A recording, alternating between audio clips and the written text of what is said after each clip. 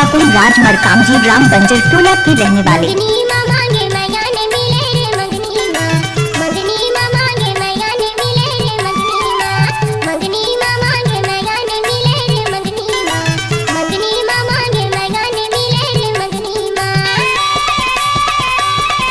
आप सुन रहे हो कपिल बाबू का मिक्स किया हुआ गाना राम बंजर टोला के रहने वाले राजा।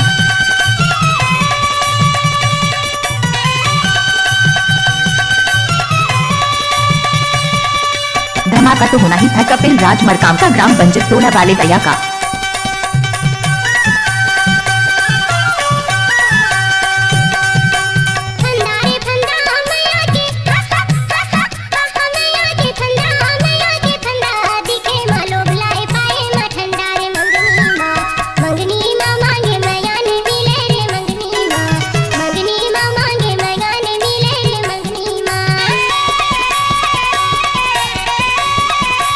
आप सुन रहे हो कपिल बाबू का मिक्स किया हुआ गाना ग्राम बंजर टोला के रहने वाले राजा।